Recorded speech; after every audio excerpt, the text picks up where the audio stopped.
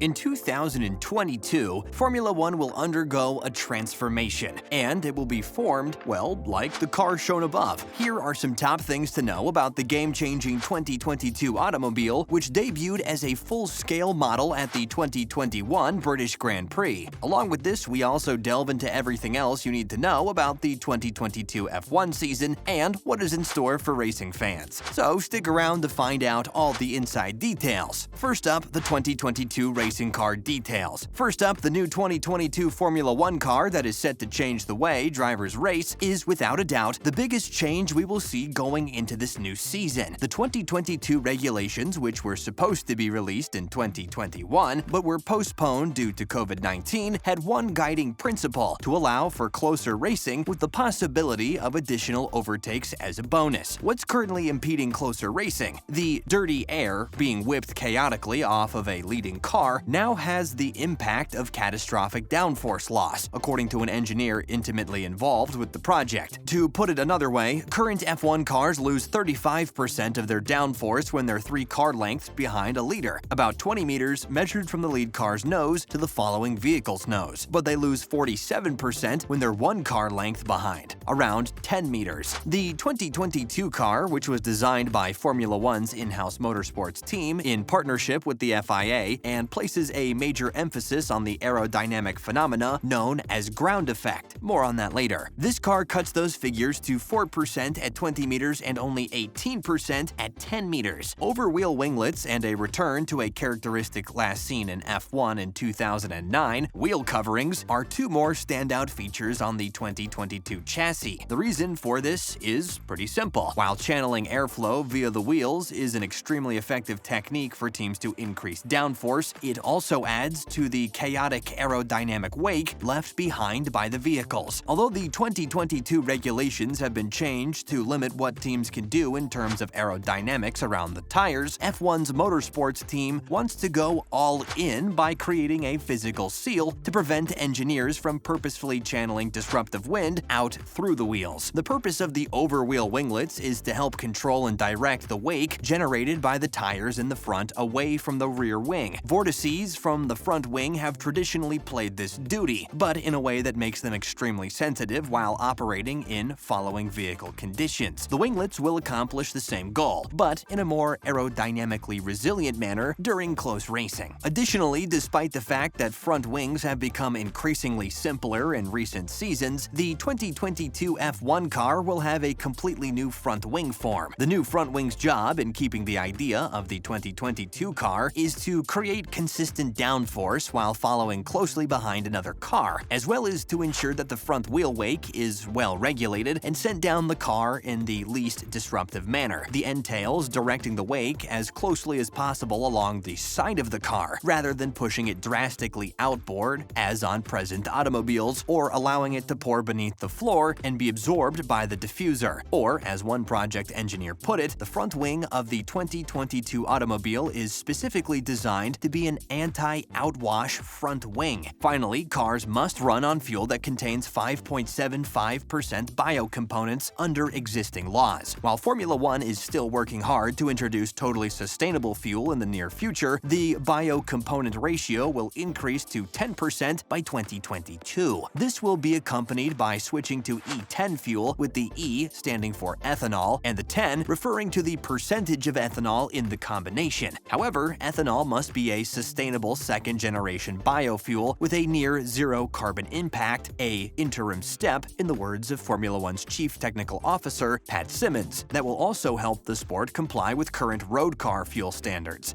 As you can see, the Formula One car of 2022 seems to be the most significant change and difference from 2021, with many drivers and F1 fans excited to see just how well this car can perform. Next, the rule change, returning to a 2-part preseason test this 2022 racing season. Last year's preseason was the shortest in F1 history, thanks to mostly frozen technical restrictions, which meant teams only required 3 days of testing before the first race, all of which took place in Bahrain. With such a significant shift in technical regulations and brand new cars to learn, the calendar for 2022 has been quadrupled, with a low-key first test in Barcelona from February 23rd to the 25th, followed by the official preseason test, which will take place in Bahrain Spain just before the first race starts on March 10th through the 12th. However, with only 3 days for each driver to get to know their new machinery, all drivers and teams will be hoping for smooth sailing, as any faults may put them on the back foot heading into the race. Another new rule that took effect last season was a sliding scale of aerodynamic testing, which is based on a team's position in the Constructors' Championship, a combination of wind tunnel time and CFD. The limits are calculated twice a year, first using the previous season's finishing places, so basically Mercedes receives the least amount of time for the first 6 months of 2022, and Haas would have the most, and then on June 30th. So let's talk about the new rule: tightening of aerodynamic testing restrictions. The new rule that took effect last season was a sliding scale of aerodynamic testing, which is solely based on a team's position in the Constructors' Championship, a combination of wind tunnel time and CFD. The limits are calculated twice a year, first using the previous season's finishing places. However, this year the rules are considerably stricter. The team that finished 5th in the championship in 2021 was given the standard, or 100%, amount of aerodynamic testing time allowed by the regulations, and those other teams either received more if they finished lower in the standings, or less if they were higher in the standings if they finished higher. On that scale, the team that finished first in the Constructors' Championship received 90% of the standard sum, while the team that finished last received 112.5%. From 2022 onwards, the disparities become much more pronounced, with the benchmark team receiving 100% of the allotted time now occupying 8th place. The teams are then divided into 5% intervals, with top place receiving only 70% of the aerodynamic testing time in comparison to 115th% for 10th place. Another new rule: mandatory practice outing for rookies. With strict constraints on testing in between the race calendar, one of the major obstacles for younger drivers in the past few years has been a severe lack of opportunities to drive F1 vehicles in order to try to establish themselves worthy of a place. While teams had the option of running alternative drivers during Friday practice sessions if they so desired, the bigger teams rarely did so, because they were forced on race preparations. To boost the prospects of rookies, it is now obligatory for a team to provide them at least 2 opportunities in FP1. This implies that each team must utilize a driver who has competed in no more than 2 Grand Prix, and they can use the same driver twice or 2 different drivers for 1 session each. The teams decide when to use their mandatory sessions, so keep a lookout for changes leading up to each race weekend, since the several rookie outings are likely to be spread out over the year. Finally, the tire size has changed from approximately 13 inches to 18 inches as part of the new technical restrictions, but there are also new laws surrounding their use. The first modification is a rule regarding tire blankets, which teams use to keep their tires warm while in the garage. Previously, the front tires could be heated to 100 degrees Celsius, but that would reduce to 70 degrees Celsius from 2022 onwards, while the rears could be heated to 80 degrees Celsius, but that will also drop to 70 degrees Celsius. The result is a colder tire while leaving the pits, as well as a new approach to Pirelli's tire compounds and a different strategy from drivers on their outlaps. Less heating means a lesser carbon footprint, which is part of F1's continuous sustainability initiative. Because the narrower sidewall on the 18-inch tire makes it more resilient, running tire pressures are likely to be lower, giving teams a whole new set of constraints to contend with on top of the physical differences in the tires themselves. And there you have it, everything you need to know about some new changes to the 2022 Formula One season. We can't wait to see how these changes affect the drivers and the races in general. Will it change the entire dynamic, or will it be a seamless transition? Make sure to let us know your thoughts down below. What are you most looking forward to this 2022 F1 season? Who do you think will come out on top? Did we forget any new rules? Let us know down below.